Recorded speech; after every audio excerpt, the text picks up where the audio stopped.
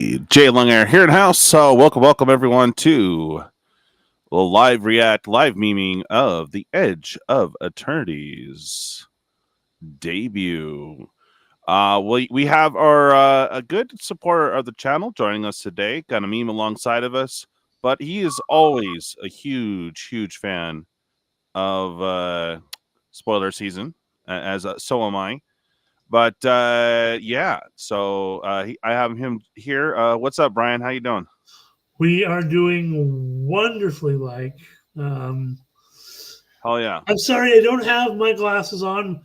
My Okay. temple broke again, so I'm having to do this kind of half blind. I mean, if I need to put my glasses on, I can kind of do it. It's for sure. Yeah. Well, no worries, man. We'll figure it out. But yeah, we're gonna be probably a little quiet here and there as they. But I'm sure we're gonna have a huge word fest between spoilers. So be prepared for a lot of words. And no, I haven't found my old meme yet. I was close, but wasn't it? All right. Words. I know. I don't have it. I'm sorry. But anyways, we have it muted. I love the music they're playing right now, but I don't want to get copyright struck. No, Anyways, Cosmic, what's up? Oh yeah, Sliver Queen to the Moon. Let's go. I don't know if they're gonna have. I know we're gonna have Eldrazi's, but I'm not sure about slivers. But there is a sliver artifact. No, there is slivers. There's a whole new sliver enchantment thing. That's what I mean. Yeah, it's like is it enchantment or artifact? But basically, it has like affinity for slivers, so it's like practically free. Yeah. Hey, what's up, Ember? How you doing? Metra, good to see you, bud. The new Cradle, and for you blue players, the new Tolarian Academy. I don't know why they brought that back, bruh. Do you think making stations? Yeah, that's the Tolarian Academy thing. Is good. What? That Tolarian Academy thing is just crazy. And I saw something earlier in one of the spoilers. Where was it? Let me pop this thing up. There was something that actually.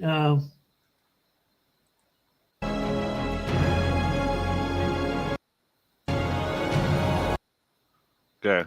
What the? Okay. Easy. I didn't say it. I didn't say it, but I just pulled up my spoiler page.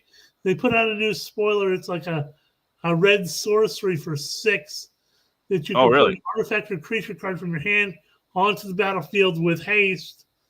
And when it leaves the battlefield, it does damage equal to its mana value to each creature. And you have to sacrifice it at the end. I saw it at the end step. Oh, interesting. I've not seen the new gemstone or mana confluence. I have. I've seen the new mana confluence. Okay. I'm sure they'll official spoiler it.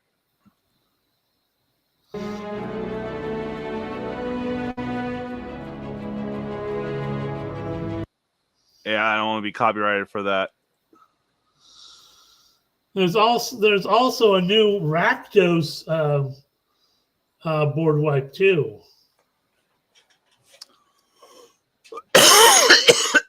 Really? Yeah. It's like, what is that one? Was it from Ikoria where you had to choose odd or even? Yeah. Same thing.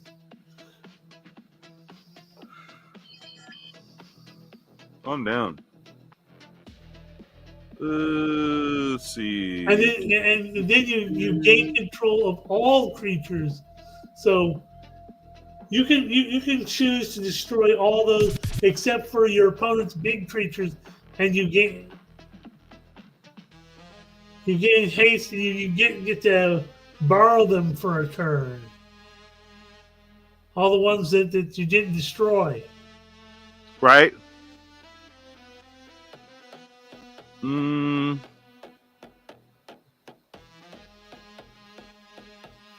Yeah, it's an artifact that we were talking about. The Thrumming Hive Pool.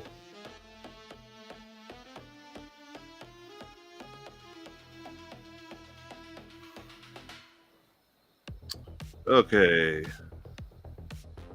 Their channel. This. There we go.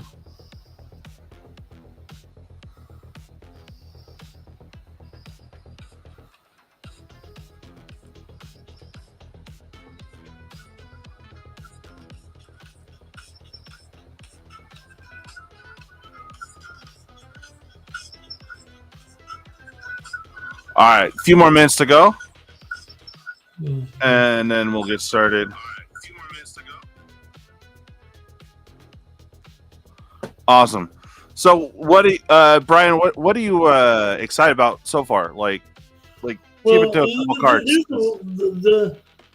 What I've seen of the starships is interesting, but also this this whole idea of the stationing mechanic. Yeah. Really, it's really got me interested. This is a set that I wasn't really going to be down with, because I thought, it was going to be basically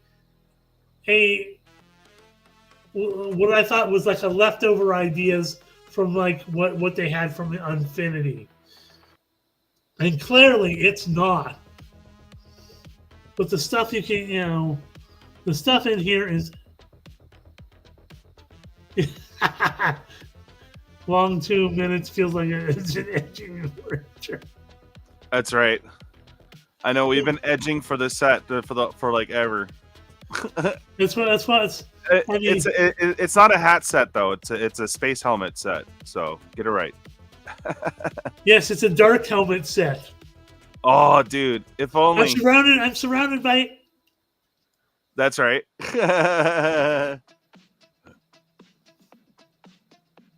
Yeah. Oh.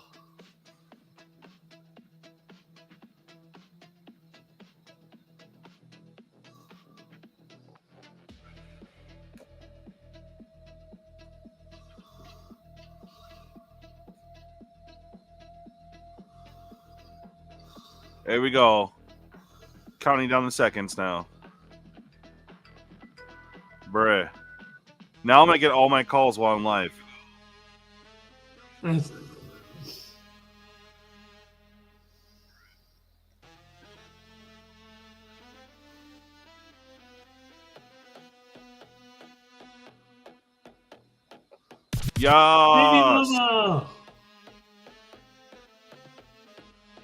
Yes. What's up, Mama Squirrel?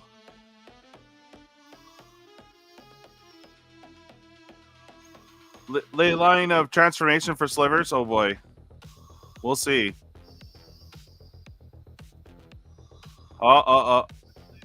Here we go.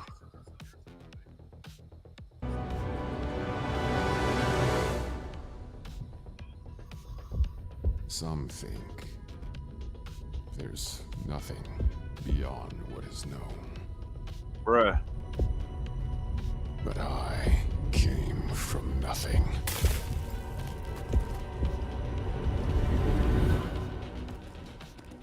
I took the opportunity to forge my own destiny.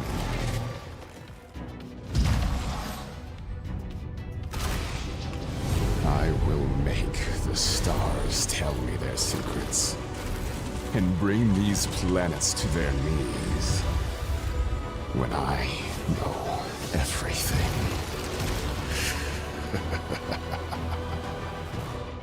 All the power in creation will be within my grasp.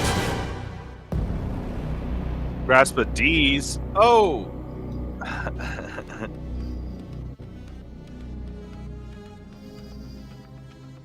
Oh, get it, swirling Markle. with color. It's full of battling spaceships. It's star nebula far, far away. It's a beautiful place.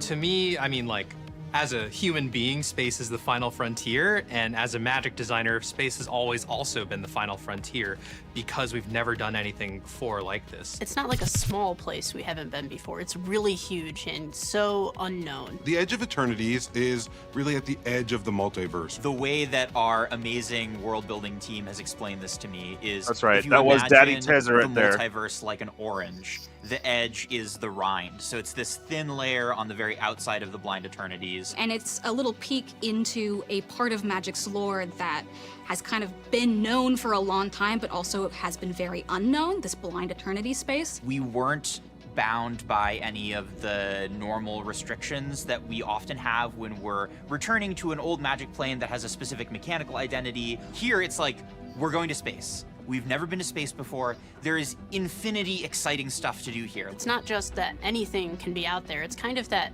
everything is. We're in uncharted territory. They're in spaces We're using an expanding ancient telescope. What anyone Okay. can imagine that Magic the game can be, that Magic the worlds can be. Whenever Magic Oh, goes that's to cool. a new kind of setting, there's Well, this that's a nice enormous planet. untapped well of concepts that we've never done before that we get to do for the first time. What it means to have planets, what it means to have ships, and kind of creating those things in the language of Magic. So there is a storyline happening while a lot of stuff is also happening in the background. There So you the go. main storyline follows Sammy and their crew of misfits. And the whole system here is revolving around a void called Sothera. There is a faction of monks who worship this black hole and are trying to feed it and eventually have it consume the entire universe. The super void at the center, as well as 5 planets. And each of those 5 planets are aligned to a different color of mana in Magic. And all of those 5 planets sort of express their identity through what that color is about. And that's something that we really wanted to do with Edge of Eternities, was to really get the sense of this large scale, like space opera. We wanted it to feel vast. We get to tap into our vision of outer space, right? Like physics doesn't apply to Magic. Planets don't necessarily have to be round.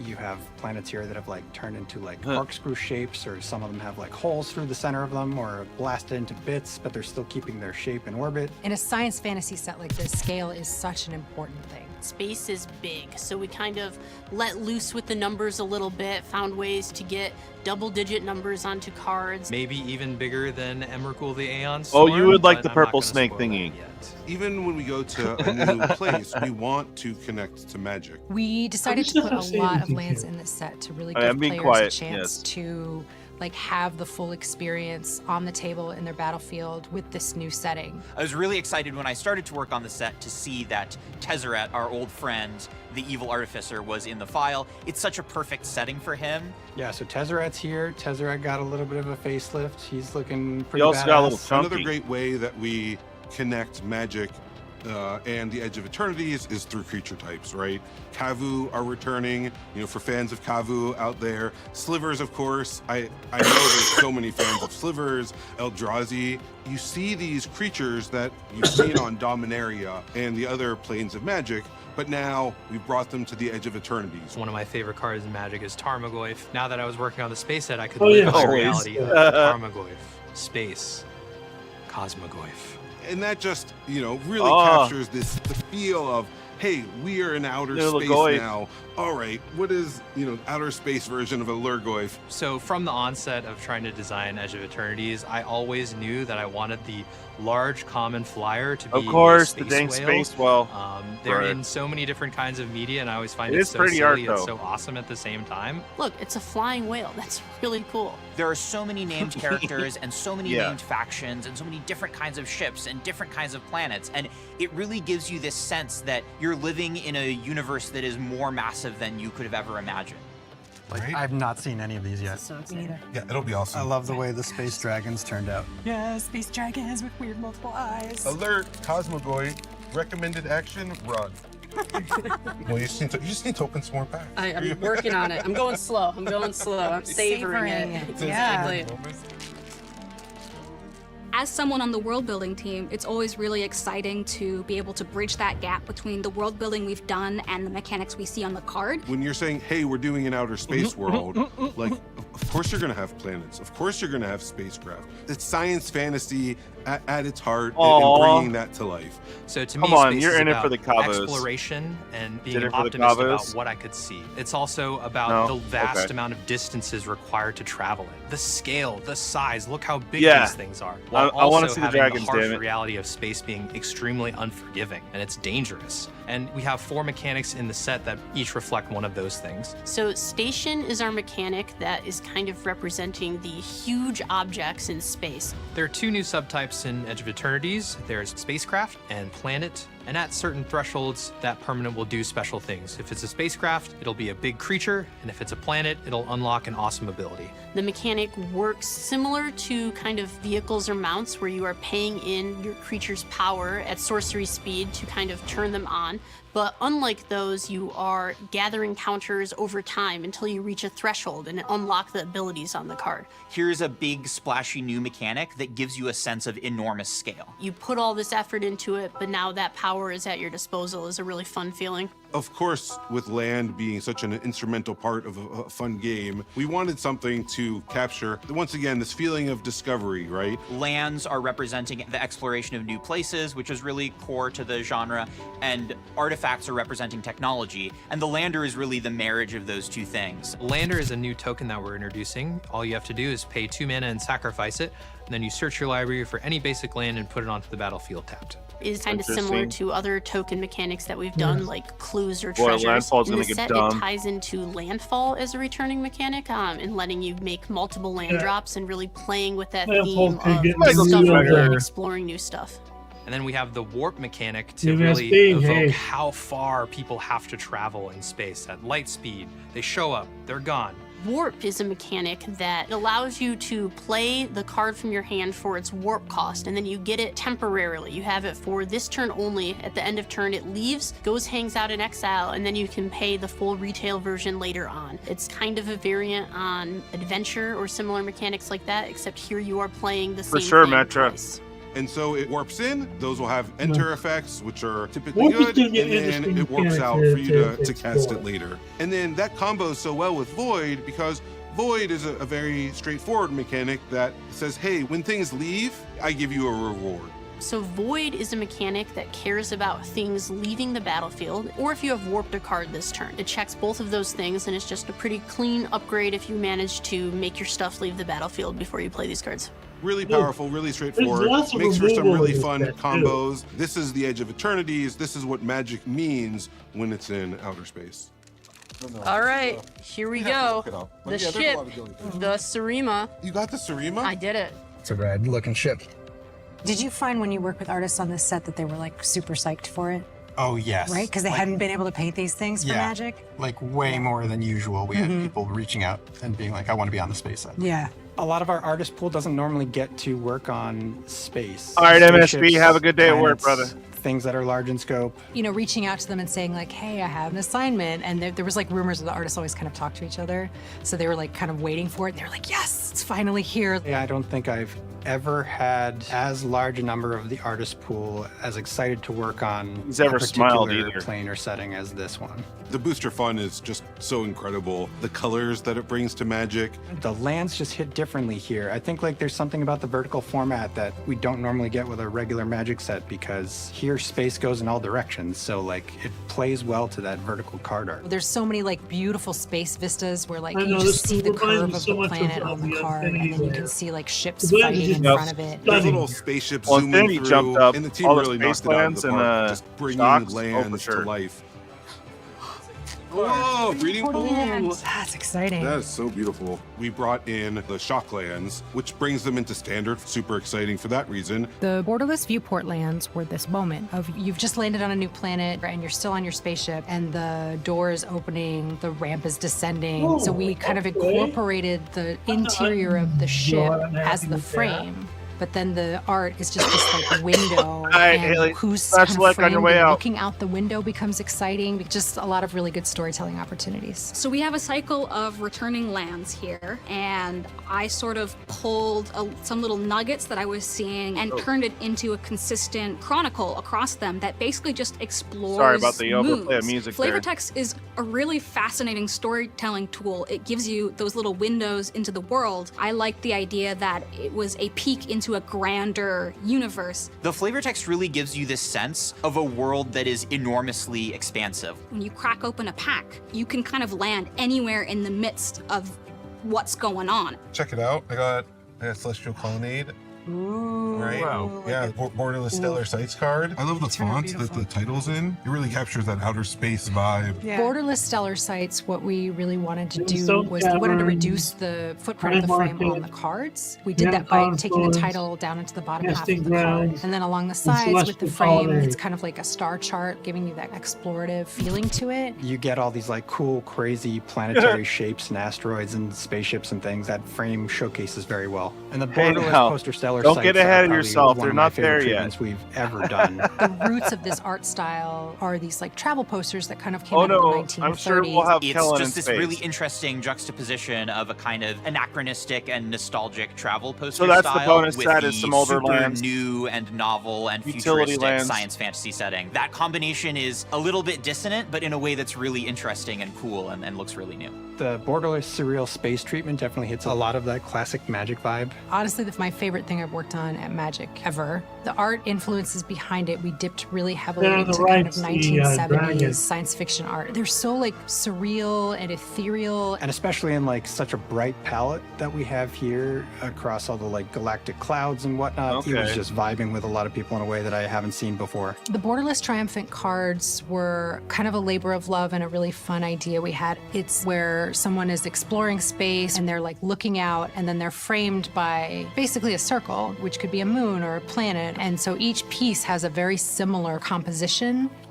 Oh, look at that. Oh man. You guys, it's one of the Borderless Triumphants. Oh, that's amazing. This is a my lobster God. chef. So see, he's tossing his A little mushrooms. lobster chimera. Lobster chef. Because didn't you paint one for the main set? I did. My favorite element of this painting He's a citizen. is he's got He an works extra just pair as of hard as hands, you so do. he's Remember able to that. hold this He's a sprig citizen. of time just like very daintily. And I like the idea of him serving up nuts and bolts style, like food.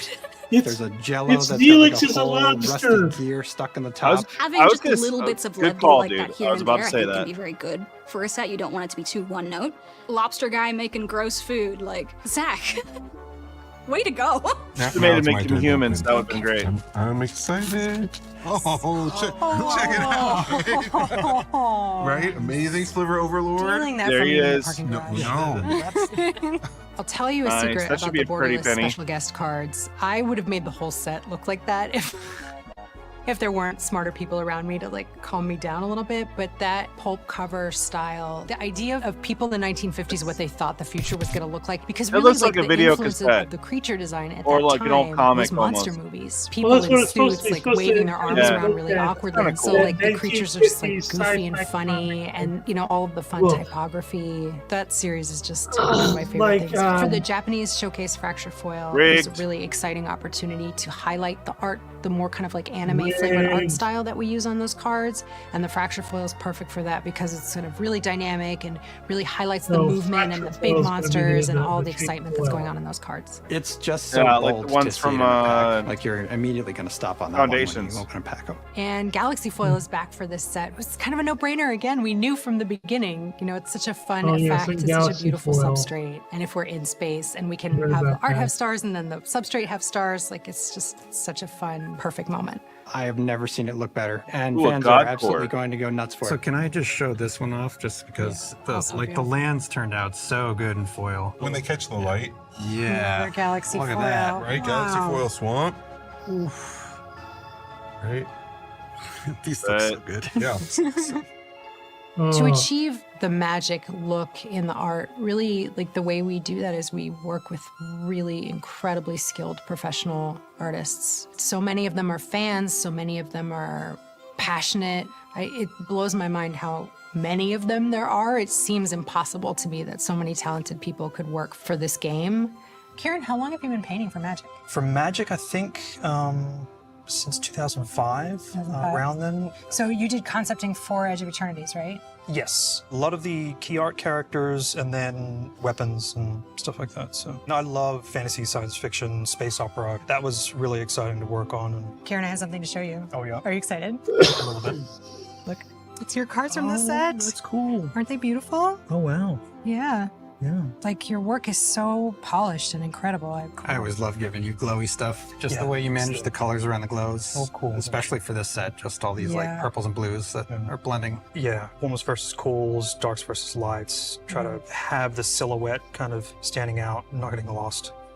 Let's get into it with this. Alpha Real. I think this effect that you have here. I really love water and organic materials. There's just a lot of play that you can do. So you can kind of really get into kind of noodle heaven, I guess. Yeah. Being able to sort of undulate through colors and... Yeah, this is like the perfect set for you too. 'Cause, like, yeah. the space kind of acts like a liquid too. Yeah, So. yeah, it really does. Sammy. Mhm. Yeah. Getting work on Sammy was awesome. Similar to Alpha Real, kind of wanted their expression to be, pensive, almost troubled, I guess, in a way. Like, yeah, sure. It's so exciting to see 3 brand new characters from Magic. it is, yeah. Yeah, you do a lot of character work for us, but I gotta say, you totally nailed these. Oh, cool. Well, thank you. Yeah. Yes. Endstone. The Endstone. Beautiful. Look at that. Wow. That's killer. That's an an oil painting. That looks useful. And once you have it out, you're going to win the game. Sure hope so. Yeah. Something that Andrew Brown, who What is the the- lead designer of the set, I often missed says is that. that our sets are Me way too. better when we have fun making them. And I really believe that to be true. I see it every day how much passion all my coworkers pour into this. We love Magic so much. Most of us got here because we love Magic. Edge of Eternities is magic in space. It's like all the things you want from Magic, but you're on a spaceship and there's an alien chasing you, and maybe there's an alien in your co-pilot seat and he's your best friend. That vibrancy, that richness of when you see something, you pick up a card and you're like, Honey, "Whoa." you need to go to space to That see moment, that. to me, that makes it all worthwhile. It's going to feel like they're traveling really far away, but it's going to feel like home for them at the same time. I hope fans are excited to see it. I really do. The promise of space means so many different things to so many different people, and it's new places, it's new things, it's new people, it's new planets. And so I hope that that feeling of expansiveness Oh, I missed the artifact. and Dang the it. care and creativity that was put into crafting the scale Yeah, I of the wanted- setting that's what really I wanted comes to across. see. And I hope that the Oh, Edge dude, the is a Infinity's place been that picking up like fans crazy, love to visit for Kevin. the first time, and also that our first visit sort of piques their interest to see more, Yeah, because that's the we've built Nova this Health environment idea. in such a way that there's so much more to discover. I'm just bummed I missed the artifact.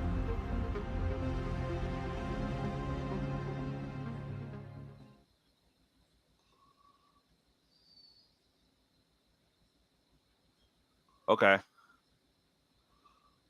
Interesting. So that was that. Are we going to actually see cards?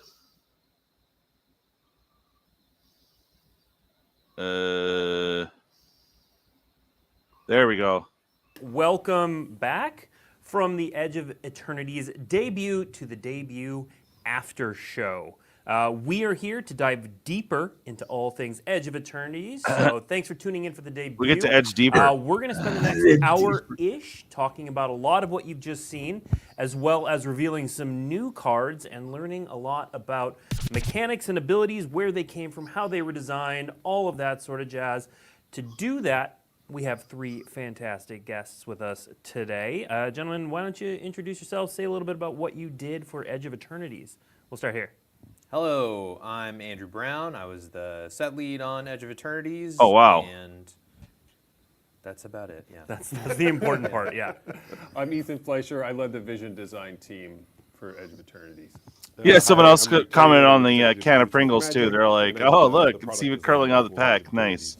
Yeah, so we're going to talk about all of those topics. We're going to launch right into this, pun somewhat intended, where we're going to talk through each of the mechanics. We're going to show off some cards you may have already seen, you may not have already seen, and go from there. So let's begin with kind of one of the Right, Kevin. We'll call it one of the workhorse mechanics of the set, which is Lander. So this is a new token that we can create. Tell us a little bit about Lander and where it came from. Landers are artifact tokens that represent little landing shuttles. You know, very often in a science fiction setting, people will go down on the shuttle and check out the planet, find out what's going on the planet.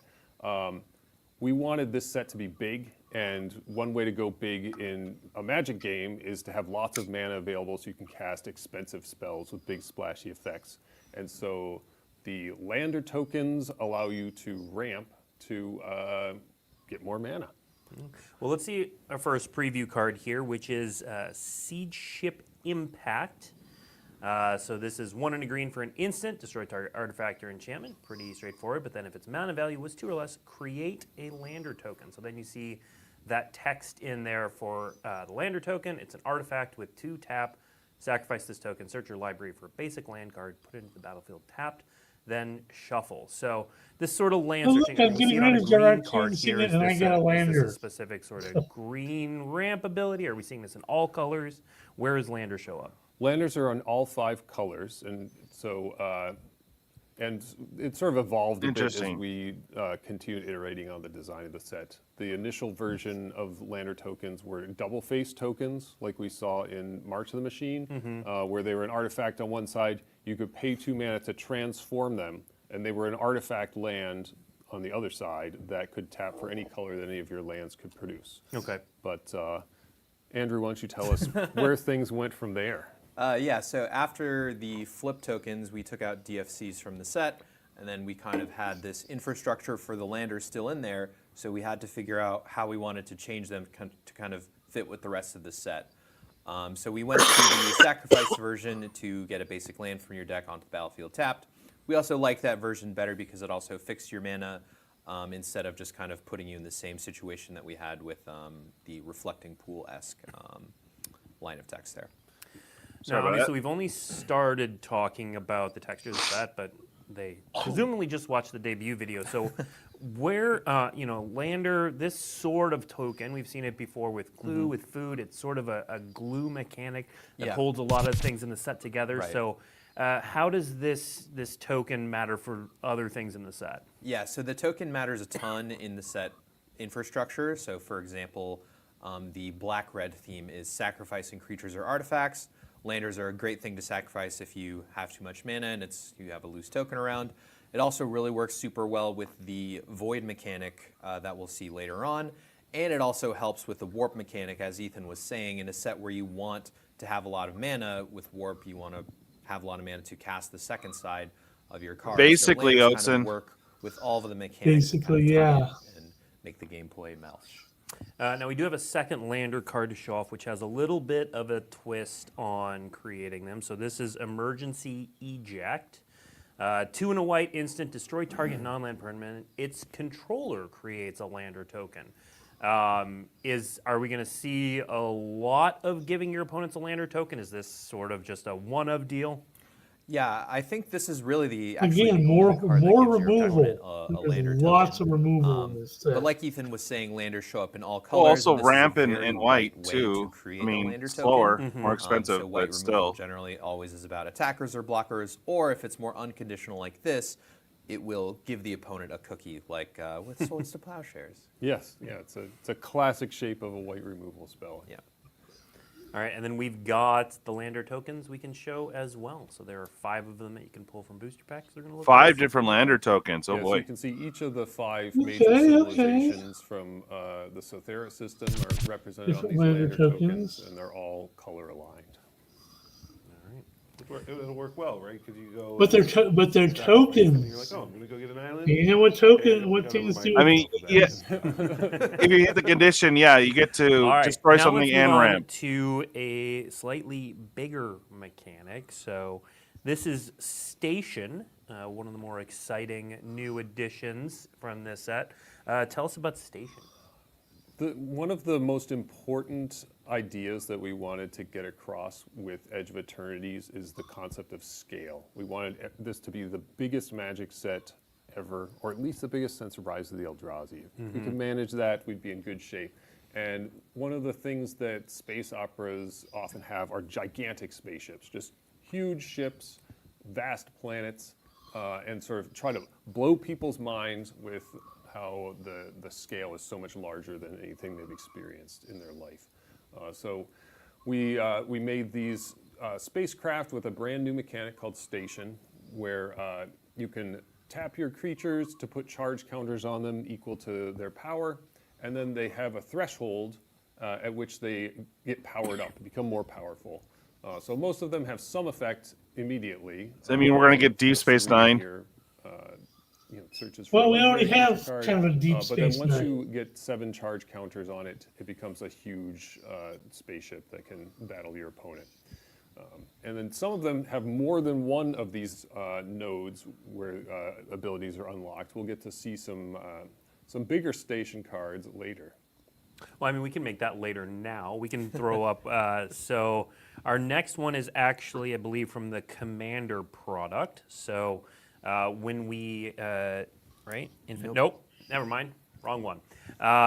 Let's show Infinite Guideline Station, not from the Commander product. We'll get to those in a moment. So this is Infinite Guideline Station. Look, it's Deep Space Nine. And also doesn't, I completely book here. So this one does not have 2 different Well, things. maybe we'll get it for the talk Star a little Trek bit set. about Infinite Guideline Station before we get to. Oh, you didn't hear the Star Trek set was a hoax. Of the Pinnacle organization. Oh, I know. We're sort of the I'm sure it government is. that is trying to keep the But peace it's still between plausible. everybody and keep things going smoothly, whereas all of the other monocolor aligned factions are all competing with each other and have their own agendas. Pinnacle is kind of like, can't we all? Yes, yes, you can have that as your 5-color commander. Yep. What? So we'll get to those Commander ones in a second. This is a new card subtype. What were some of the challenges in designing these stations? The main challenge with designing Station is mainly around the tempo of the game. So normally when you play an artifact like this one, I'm still waiting for the costs 5 Fraser mana, secret pretty big lair. tempo loss. And with Station you do have to have creatures and charge them up. So a lot of the things we did were mitigate that tempo loss here. So for example, on Infinite Guideline Station, you'll get a lot of robots if you have a lot of multicolored creatures. And as you'll see more of these cards come out, you'll also see more of them may interact with the board. They may accrue resources immediately to kind of mitigate that immediate loss of tempo of just playing a big expensive thing that just sits around for a little bit. Okay. And, so far we've seen some rare stations, big splashy effects. Are there lower rarity stations that we're going to see? Yes, we're going to see a lot of lower rarity station cards. They are a pretty key integral part to Limited. A lot of the infrastructure around that is kind of made to make Station shine. One thing that I'll like to call out once we see the warp mechanic is how well those two mechanics really synergize together. That makes sense.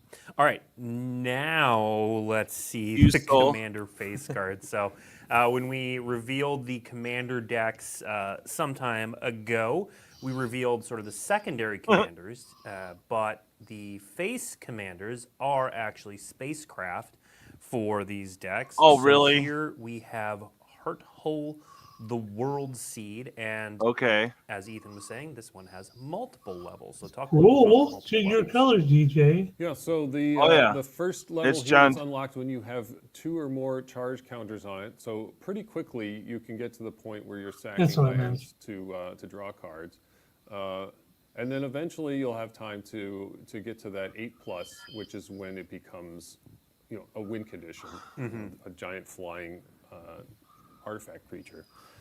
You'll notice it doesn't say get up to 8 soon. This can be your commander on here. The commander rules have been changed to allow these spacecraft to be your commander, so we no longer have to write on there. As you can see, there's a lot of words on this card already, so not a lot of room for. These are words. Yeah. And when it levels up, this is like previous sort of leveling cards. It keeps the previous abilities, correct? Yes. Yeah, and it actually even turns into a creature when it hits that 8+, right? So if they, for the ones that have 2 levels, you'll see a power toughness earlier. If it if it wakes up as a smaller version. Yeah, I don't think there are any that do that, but we could have done it. Yeah, maybe it was just a playtesting we did. There are no stations that turn onto a creature before their Oh, final yeah. level. While we were developing it, we noticed that like you have to put a dice on it to track it, and then sometimes that can be a little difficult. So one of the things we discovered internally is if we just make the final level always the creature, you can just take the dice off and then understand that this is a creature the whole time. Makes sense. All right, let's see the second commander face card from Counterintelligence. There it is, In Spirit Flagship Vessels. So Oh, man. Red and white. Reminds me of a Star Trek ship. Excuse me. For a legendary artifact spacecraft. Tell us about this one. Well, I mean, the Reminds me of name of the Halo deck ship. is a pun, and this is all about counters. It's all about what charge ship? counters specifically. There's all kinds of different Halo. ways to make Oh, these yeah, charge that too. counters in this deck, which is very, very cool and exciting theme that we haven't really done before in a commander pre-constructed deck. So. Yeah, and one of the cool things about Station while we were developing is we were debating on what counter to use, and we ultimately ended up on charge counter because it was flavorful in terms of you build up your station, you charge it up, and also there was a lot of previous Magic A Destiny infrastructure ship, around right? charge counters, so you can take all of your Mirrodin cards that add charge counters and put them onto your spaceships. Yeah, and it's additionally nice, right? Like, so Station itself is a sorcery, but if you do happen to get an extra charge counter on at instant speed, all of a sudden, Right. You've turned your spacecraft on, and it's a nice surprise for your opponent. You can see a metal Evison. Nice. Yeah, Nice. yeah. I'm just about ready to Okay, say it's let's move on to our pretty next cost mechanic Avison. we've referenced a few times. Warp. For Let's take Mirrodin. a look at That's warp. right. What's warp? Warp represents the ability of traveling faster than light, which is a staple of the space opera genre. You've got to be able to get to other planets, and you don't have several years to do it, so you got to cheat on relativity. So yeah, we made this mechanic to represent that, and it allows you to cast the creature for a lower cost, but the creature will go into exile at the end of the turn. And then you can cast it again from exile for full price later. So, and many of these either have haste or have enters the battlefield triggers or leaves the battlefield triggers, so that you kind of generate some value along the way, which I'm sure you appreciate that. Of course.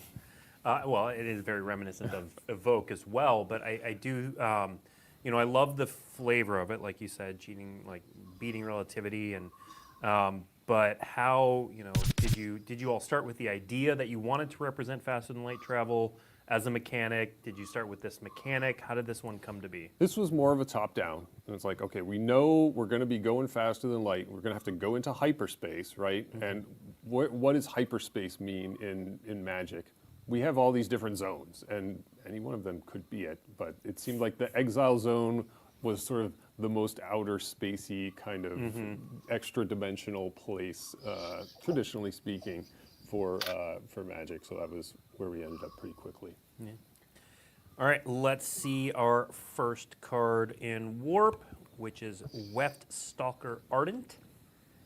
2 and a red for a Drix Artificer. 2. Ooh, you got it all weft. Another creature artifact you control enters. This creature deals 1 damage to each opponent, and the warp is. This is stalking the West people. So. Ooh. Talk about the shape of is. This the would be warp fun cost with always less than the casting Obnix. cost? What sort of abilities did you put on these? What are we? Or Prosper. So a lot of the time with Warp, not every single time, the warp costs will be cheaper than the casting costs of the actual creature.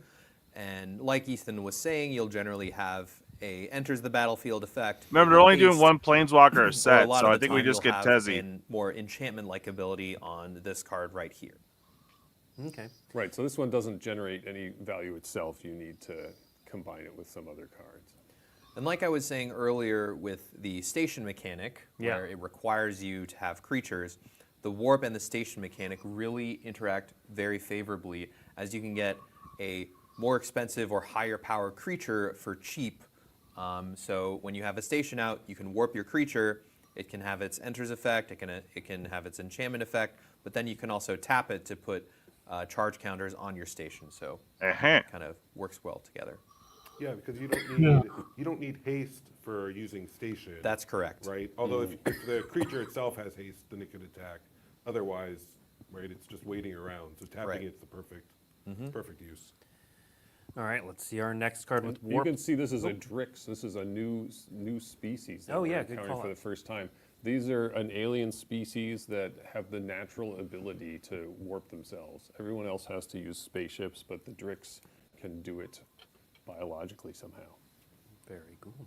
All right, let's see our next preview card, which is Timeline Color, another card with warp. This one has a slightly different warp cost. Oh, nice. Yeah, so when we were thinking about, once we had the exact mechanics for warp, you kind of go to level 2, which is like, what are the cool ways to use this ability? And one of my favorite old cards is Gravecrawler. So this is kind of a mix of putting that card's mechanics with warp, so you can warp this card from your graveyard. This card's going to be kind of a problem child. Oh yeah. A lot like Unstoppable Slasher was. All right, next up we have Social Engineering. So this is an enchantment with warp. Ooh. Right. Ooh, so enchantments naturally make for great warp cards, as they're essentially like, I can get this for a cheaper cost, only for 1 turn, and then I can cast it later. It's an You'll enchantment also version see of that Landfall is making a return here. Scud Swarm. Also synergizes really well with the lander tokens. What do you mean? What sort of, so we've seen creatures, we've seen enchantments. What are we every time a landfall, you're creating you can expect a to see colorless warp robot. on basically all card types. Oh except yeah. one. Okay. But not types Scud or Swarm. spells, too? But yeah, I not get spells, mostly permanent types and not planeswalkers. Okay. Yeah, Chocobo Racetrack. Next up, we have Bygone Colossus. So this is my favorite Might be fun in warp squirrels, card too. in the set. Mine too. It was originally called this guy would be Combo good Golem for a very long time. Yep. Because Good that's Lord. essentially With all the it warp does. cost to do like the So there whole are so many crewing different ways to stuff. use this card. If you'll notice, like a lot of the station numbers are really high. This card just essentially gets When can you those, warp? At a really low cost. You can also use guess when you can flicker cast a spells creature. from Magic's Past to warp it in and then just flicker it, and then it will come back onto the battlefield and then doesn't have to exile later. There are so many different ways to use this card, and it's super fun to think about. So this one's my favorite for sure. Yeah, Yep, it's pretty much there for station counters too. Yeah. It is baffling on purpose. Yeah, I do enjoy that. Warp's done at instant speed, Ethan, by the so way. we were talking a little bit about this beforehand. Really? The few little bits Oh, about so you the can pop up a Eldrazi blocker here and real there. quick, So too. here we see this in the Oh, flavor text interesting. as well. The edge Yeah, of that's- civilizations annihilated by the Eldrazi. For those who haven't been reading the stories, what sort of tidbits are we seeing about the Eldrazi in this? Well, there are hints that there was some sort of ancient conflict between the Fomori and the Eldrazi, and we've seen a lot of the Eldrazi in the past in various Magic sets. We've seen hints about the Fomori here and there, especially recently. But a lot of it is pretty distant and ambiguous. But we know that it was incredibly destructive, and basically the Unburned Eldrazi spaghetti. were driven out of the edge, and everybody has to kind of be alert, pay attention, because if the Eldrazi come back, that needs to be nipped in the bud. We can't let any Eldrazi come back here. So, yeah, we've seen an Eldrazi card in the video there, but yeah, there are hints about it here and there. It was clearly an important event in the Edge's history. All right. Let's move on to our last mechanic that we're going to discuss here, which is Void. So tell us about Void. Void is less about classic space opera trope stuff than it is specifically inspired by the world building that the world building team did. We all got really excited about the Monoist faction, which is the black faction, they worship the sort of black hole-ish object in the center of the Cythera system and have all this like creepy costumes and think that, you know, they want to usher in the time when every molecule in the universe collapses into a singularity. They're like, this is what it's all about. Then, Yeah, robots. Then we'll all be together What, again. token with our generator. dead loved ones or whatever. It's like, great. So super cool. We loved it. And so we made a mechanic that was kind of specially for them. They were clearly like the standout faction. I like the other 4 factions just fine, but the Monoliths were just like so unique and cool. So we made this void mechanic, which is sort of a variant of Morbid or Revolt, where if one of your permanents leaves the battlefield, a non-land permanent leaves the battlefield, sort of void is active. Yeah. And it also gets activated when you warp a card. So when you pay that warp cost is another way to get your void online. And basically your cards will have abilities that trigger only if Morbius something has left mentioned. the battlefield or been warped. Is it Morbin time? Or we'll have an upgrade on an instant or sorcery, a kicker-like effect. There's a variety of ways of using it, but it's mostly just a tag to see that things have left. And there's lots of ways to make things leave. You know, we've got warp, we've got the lander tokens. It's all set up for us. So there's a lot of ways to interact with it. And I don't want to gloss over the part that you said at the top of that, which was non-land. Was that a lesson you all learned from Revolt? What do you mean by lesson? Was that an intentional differentiation? How about that? I think so. Like when we're like creating these environments and things have to feel flavorful, like land leaving the battlefield, especially with like fetch lands in older formats, it does feel kind of cheaty, and it doesn't really feel naturally like Magic. So we intentionally left off land here just to make sure that we can actually give you a bigger reward. So like if we leave land on, then we have to kind of make sure that things aren't as powerful because we know that it's really easy to skirt that. But if we add non-land, we can make things look more awesome because the hoop you have to jump through is a little bigger. Makes sense. All right, let's take a look at some Void preview cards. First up, we have Decode Transmissions. So this is the sort of normal, you draw 2 cards and you lose 2 life. You see that in a lot of sets. But then Void says, if a non-land permanent left the battlefield this turn or spell with Sky's Warp, instead you draw 2 cards and each opponent loses 2 life. Yeah, so it's the classic, kicker upgrade style of Void card here. Yep, we'll be seeing that in Limited quite a bit. And then let's see our second Void notice card, it says, which is Void. Hey, not your. So 4 and a black for a Robot Warrior, 5/4 at the beginning of your end step. If you voided, you draw a card and you lose 1 life. Yeah, so this is more of a limited build around. It's going to give value over time if you play into the theme of the Void. You'll also notice that a lot of the Void triggers happen at the end step. A lot of that is to ensure that you have enough time to warp a creature or post-combat, so things are dying. Okay. And you mentioned, Ethan, that this was black line. Are all Void cards They didn't even break back black? horsemanship. Are there any that seep into other colors? Yeah, there are a lot of Void cards on red cards as well. Okay. It's primarily in red and black. Primarily black. All right, cool. All right, now we're gonna move into the slightly less structured part of the program where we just show off some cards. These are cool cards. We're showing them off for a reason. For various reasons, but they're not as organized as being about mechanics. So we're just going to show some cool cards and talk about them. Let's start with Emissary Escort. So Emissary Escort, 1 and a blue for a 0/4 robot soldier, artifact creature. Oh, This God. creature gets +X/+0, where X is There's the value among other artifacts you control. Tell us about this card.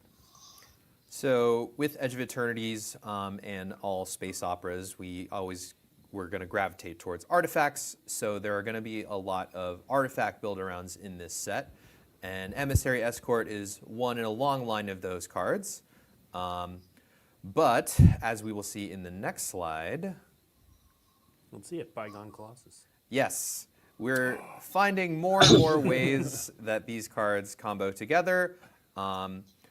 One of my favorite things just about Edge of Eternities in general is how well all of the mechanics just kind of mesh and flow together. They all synergize really well together, and we hope that players discover stuff like this and can, figure out how awesome it is.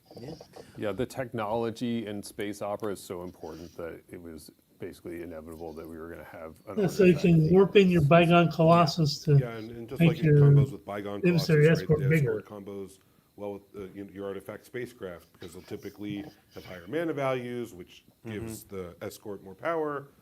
Works so well with Station. Yeah. It's another 1-2 combo. Well, and I also like, when you start looking at older formats too, cards with affinity work really well with this. Your classic Mirror Enforcer is going to turn into a 7/4. So yeah, a lot going on here for a seemingly simple card. All right, now let's take a look at an uncommon called Unravel. Unravel is 1 blue and a blue, instant. You probably already know what it's going to do. Counter target spell. If the amount of mana spent to cast that spell was less than its mana value, you draw a card. This is, we see a cancel variant in a lot of sets. Very rarely do we see you draw a card on it. Right. This is normally space we try to stray away from. Like one of the design heuristics we like to hold to is, it shouldn't be better. You shouldn't be worse off for trying to cast your spell. So designs like Dismiss or whatever we try to stray away from. But with Unravel, we do like to punish kind of the cheating on mana or casting things for less than the casting cost. If you're not doing something fair, I'm not going to do Exactly, something fair. exactly. So Unravel is our attempt at that. And then in this set, the main thing that it will be countering is warp spells. One of the things we were finding internally is that warp introduces a lot of resources into the game. So we definitely wanted something to punish you for casting your warp spell for its warp cost. Very cool. All right, next up we have Sunset Sabature. 1 and a black, human rogue, 4/1 menace, ward, discard a card. And whenever it attacks, put a +1/+1 counter on target creature in opponent control. Yeah, so this is a bit of a funky one. One of my favorite tropes in the space opera genre is that there's always a traitor. So this is kind of top down a traitor card. So if you see a black hug card for 2 mana with ward discard a card, that's a really, really, really good deal. But we have that line of text at the bottom, which is kind of a downside, or if you are able to manage your opponent's creatures, not a downside at all. How could black possibly deal with a large creature? Indeed, yeah. So you'll see in the art too. This is a monoist aligned character. Monoist. Kind of perusing as a white aligned character. Well, and Turian, we're so used to seeing extended art cards, we kind of blew by the first. Ember, you're such a monoist. But extended art is a booster fun variant. Can you talk a little bit about what cards got those this treatment in the set, and then where you can find those? Yeah, we've seen a couple of extended art cards here. So in extended art cards, you can find they're in the collector booster, and typically, we try. Upcoming, we're going to be looking at so many fun variants that we've done. We also try to make sure that basically every rare and mythic has at least one variant. So, baby. We'll typically here it is. Here's an upgraded version where you can see just a bit more of the art, and it just looks a little extra special. All right, and are these found just in collector boosters? Yeah, extended art are in the collector boosters where you'll find them. Great. All right, let's move on to another card with an extended version. This is Frenzied Baloth. So this is. We saw this one earlier. Green and a green for a 3/2. I want it. This spell can't be countered. Yes. It's got trample. It's got haste. Other creature spells you control can't be countered. Combat damage can't be prevented. Andrew, this feels like one that came from your world. Yeah, so as you've properly identified, this is a very play-designed card. But I think it also speaks to a lot of what happens in space opera where they go to a planet and there's this giant ferocious monster that causes nothing but havoc and mayhem. And I think all of those lines of text just kind of add up to craziness, wildness, and yeah. There's a lot of people calling this Questing Beast Junior. Was that sort of intentional, or did it just sort of end up that way? To call the Questing Beast ever intentional is a bit of a wild statement. Nobody sets out to make a Questing Beast. Well, I mean, don't make me tell you the story of the Questing Beast. Tell us the story of the Frenzy. One day we will tell the story of the Questing Beast. Today is not that day. It's upstairs. I got it. Anytime you want. Tell us the story of the Frenzied Bailoff, though. Yeah, so when we were thinking about which cards we wanted to introduce into Standard, we might see a few mono green, or specifically green aligned cards that we're going to shoot. Could be modern viable. Mono green aggressive deck. Maybe. We haven't really seen that a lot in recent years, and this is one of our attempts at a card that you might want to play in a deck like that. I mean, all right. Next up. This one's going to have a different treatment, which is, the card is Genomorph Imago? Yep. Cool. More Simic green stuff. And blue Lovely. for a creature Insect Druid. It's a 1/3. It's got flying. Then it's got this landfall ability. Whenever a land you control enter, target creature has base power and toughness 3/3. Oh boy. Turn. And You for control Simic. 6 or more Wonderful. lands that creature has Oh, base power goody. 6/6 until end of turn. Oh, boy. So let's talk about the card first, then we'll talk about the treatment. Yeah, so when we were coming up with a lot of landfall designs, we definitely wanted something a little bit more aggressive, because normally landfall designs kind of tend to the slower side. And we've never really made a blue-green aggressive landfall style card, so this is our attempt at it. And one of the other things I really like about Robot this Maker. is when you have a lander token out on the battlefield, this can really put a lot of wrenches in your opponent's combat I'm just plan. thinking, I might change up my squirrel deck to have it pump out robots and birds. Okay, Tyrion, let's go now. So borderless triumphant. And get all the squirrels. I don't know, man. So Sarah and Squirrel Sarah farm? was talking about them some in the review video we just saw. Biogenic squirrel we wanted farm. to capture all, They're raising outer space chocobos and now. just fill Uh-oh. these Not yet. moments I haven't with made the media change up. I got to get that visuals, Saz and one in. thing that really comes clear is this idea of this the hero image, And right? flying, too, a to lot of boot. times it's So the that's astronaut just in front great. of the moon is a typical one that we see, and so we were inspired by that, and in here we went and we took a number of our creatures as well as Tezzeret and really put them in this very hero. Now it says target pose, creature, right? And so it could their be your center opponent's typically side is as the well. moon or a sun. All your Eldrazi's now a directly behind 3/3. them. And it just really elevates, Yeah. I think, the character and the visual. So that's what we've done here with the borderless triumphant cards. The last thing I'll say on the mechanics on this card, though, is that it is not just this creature, it is target creature. Yep. So if you find a way to get 2 lands, enter the battlefield during your turn, you can target a different creature, and this thing can really rack up a lot of damage fast. Yeah, and then in terms of where you can find them, they're in play boosters and collector boosters both. Okay. So they're you'll get them fairly often. All right. Our next preview card, Singularity Rupture. So 3, a blue, 2 black. It's a sorcery. More Destroy removal. all creatures. Then any What number the of target players each mill half their library rounded down. Wow, this Right. combines 2 very popular. Very popular cards. So, how did this card come to be? So this card came to be by just thinking about all of the disasters and crazy all the mill things that players happen into rejoice. space. So the idea of this card came from I was doing a ton of research on what happens in space, and No sometimes players are black doing the holes turn with the collide. frog hands. And I was You thinking would be about TCG. what are 2 awesome magic effects that can collide and come together and do something awesome. And Yeah, here we are. Hayley's gonna love this card. Next up, Servondum the Lucent. So here we have an uncommon legendary human knight, 2 white, a black, and a black for a 4/4. Whenever Servondum enters or attacks, other creatures you control get +1/+0 and gain death touch until the end of turn.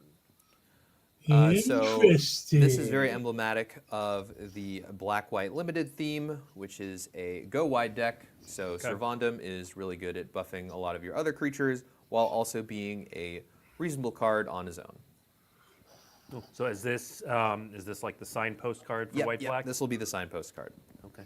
Are the signpost cards all legendary creatures? Are they various things? There's going to be a mix, but one of the things we've done with Edge of Eternities is you'll see multiple versions of our main characters at one at uncommon and then one at a higher rarity, and it'll show them at different points of their life.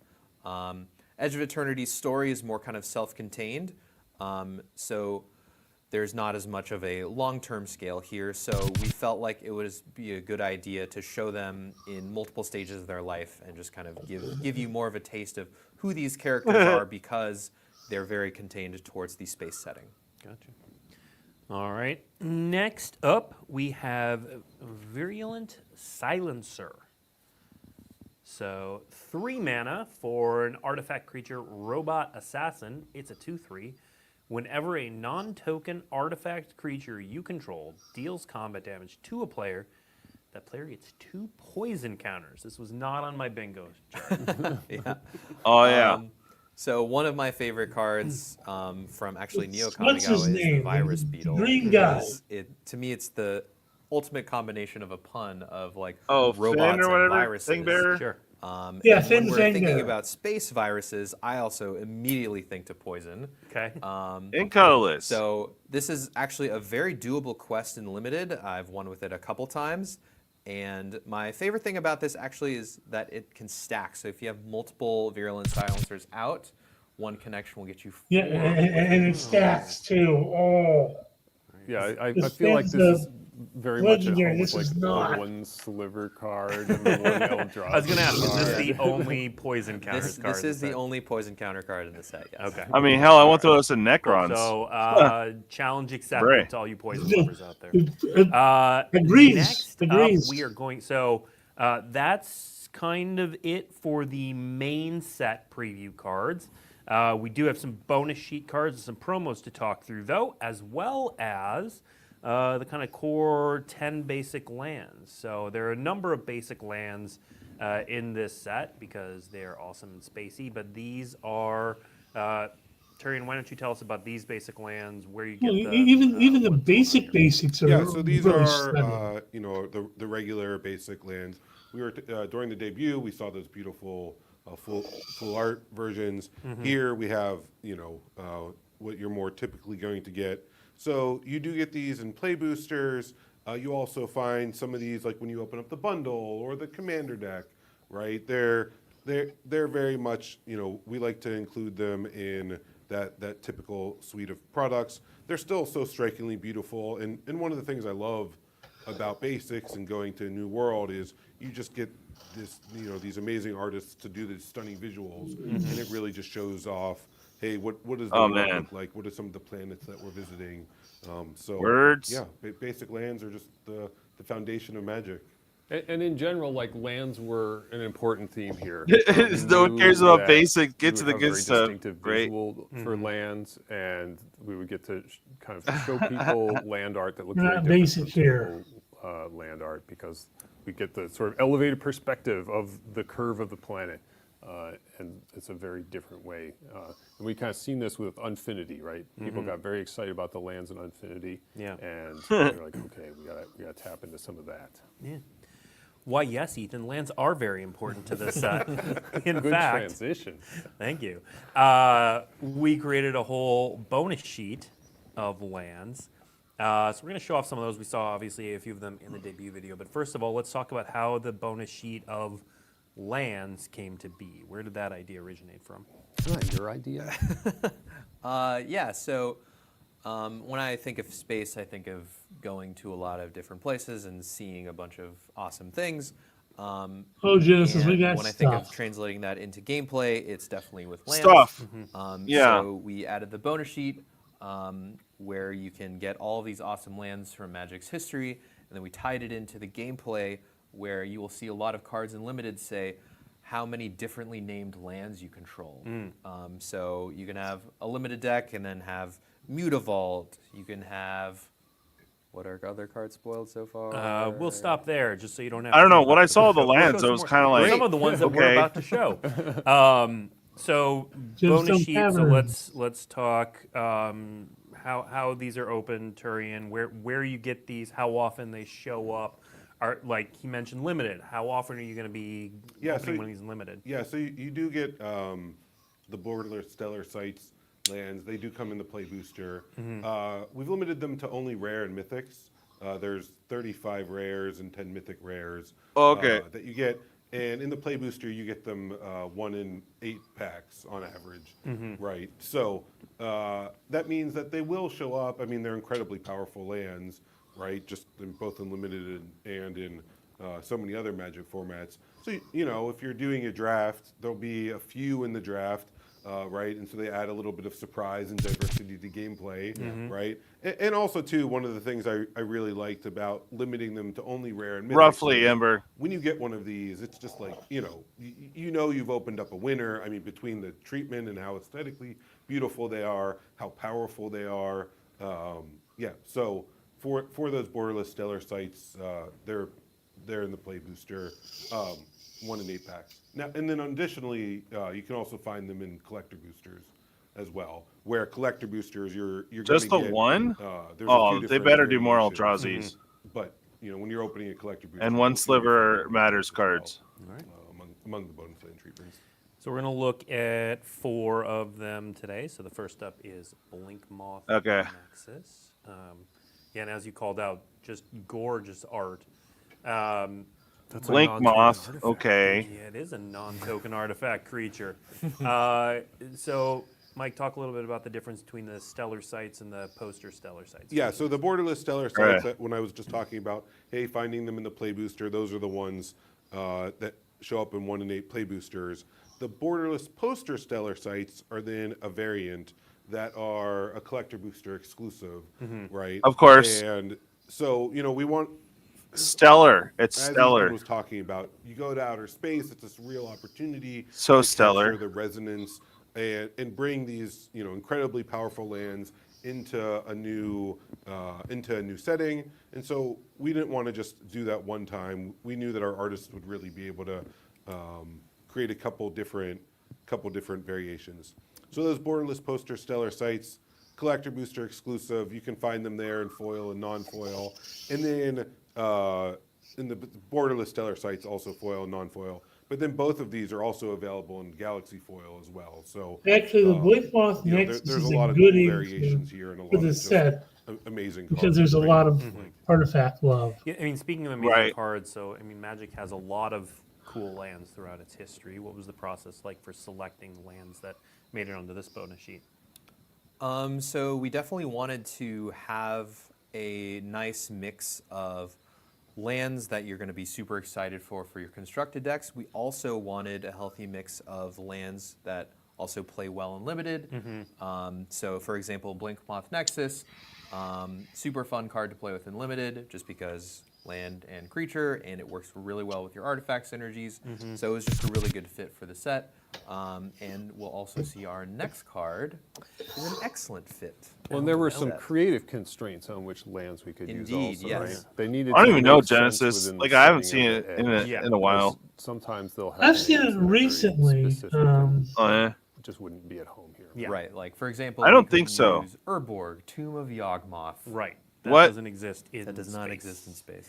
But What? apparently an Eldrazi Temple does. Yes, Eldrazi Temple, Okay. one of my favorite Of cards. course. And also just hinting towards the existence of the Eldrazi. Dude, I'd be Edge so is stoked at that awesome. Urborg. They're Ethan lying. did mention there are a lot of lands that flavorfully don't make sense, but this is the one that actually does make a lot of active sense here.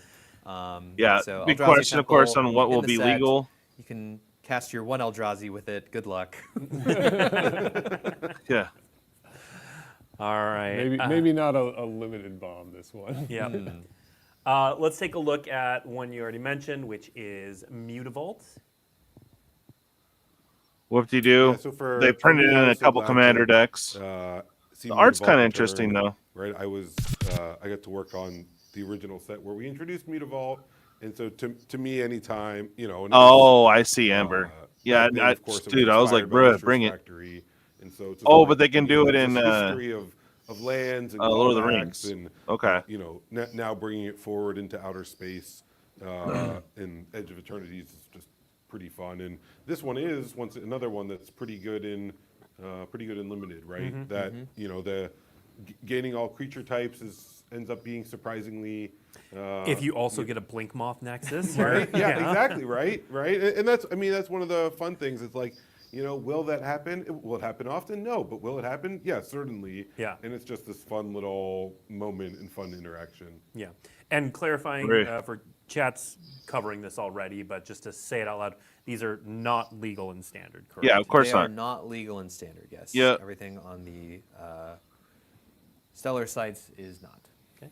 Yeah, and we try But, to. I mean, you draft indicate with that, them, so that's cool. I know in the bottom left of the cards, fairly small, but you see it says EOS down there, right, where the Edge of Eternity cards say EOE. So that was just trying to indicate. I know. Hey, Aww. these are special cards. They're they're stellar sites. That's what the S is for. Well, we'll stay on that topic a little bit because one of the other ways that we often indicate that is with a different set symbol, but these don't have a set symbol. Yeah. So as we're going through and looking at them, right, the creative team and the graphic design team wanted to really use this idea of, instead of scale birds, right, birds that show scale, there's these idea of like scale spaceships, right, the scale ships. And you can see one there zooming through the Mutavault. And they all break the frame, right? They're breaking the frame. So as we're going and looking at images upcoming, you'll see even more of them. Some of those were basically colliding with that expansion symbol. And Right? so I know, we decided, dude. hey, The way they're let's just, droning. let's just Come remove on. the expansion symbol, which is something that we've done. We did it a little bit in the Final Fantasy set, did a little bit here. And so we wanted to try that out. Now you still can see the rarity. That M in that bottom left is indicating that Mutavault is a mythic card. So there's still The some one on the right indicators, though gives but me like it's a little old school bit more, '70s art. finessed. Like, And also, I'll say one thing that made me a little bit more futuristic comfortable space, with doing this and experimenting this way is these cards just are so visually distinct, right? Yeah. Like we've moved down the title bar, for instance, itself, and so I'm hoping that distinction will sort of offset a lot of what the expansion symbol typically accomplishes. We have one final card from the bonus sheet to show off. We've got Thespian's Stage. I love the art on these. There you go. Little Star Wars for us, I mean, the art Brian. is fantastic. Yeah. You can see those, I'm going to call them floating rope. Right, when I'm talking about that expansion symbol, right? The Thespian Stage has that. Do you know the tragedy of Darth Plagueis the Wise? And you can copy so many lands. Right. Yes, unfortunately, one of the things we tried to do in design was put Dark Depths onto the bonus sheet, but unfortunately, Dark Depths creates a token with a name. A token with a name that is not a creature Barret that lives Lage in. isn't on the. No, Barret Lage is not in space, What? unfortunately. Are you sure? Yeah, I'm sure. Did you check out behind every I planet? I checked everywhere. All right, and then we've referenced the They're Galaxy checking their foils. Now, we dark don't have depths. one of these to show off the Galaxy yeah. foil, but we do just have the short clip from the debut video. You might have missed it, but we had, there it is.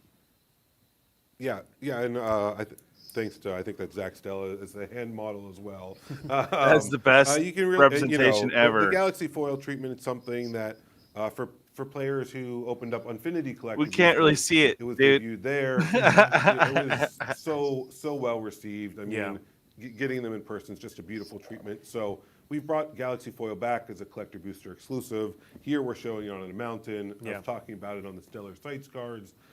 Some of the Shocklands, some of those treatments you can find it on as well. So it's collector booster only. A number of places that we've tried to. Is the Galaxy foil the same as Infinity, or is it slightly tweaked and updated? Yeah, it's a little bit updated. I mean, for that you really have to have, I'll say, a pretty keen eye, right, between the two. But you know, we wanted to always capture, hey, this is what's cool and amazing and resonant about the world. Yep. And so, of course, the team continued to work and iterate.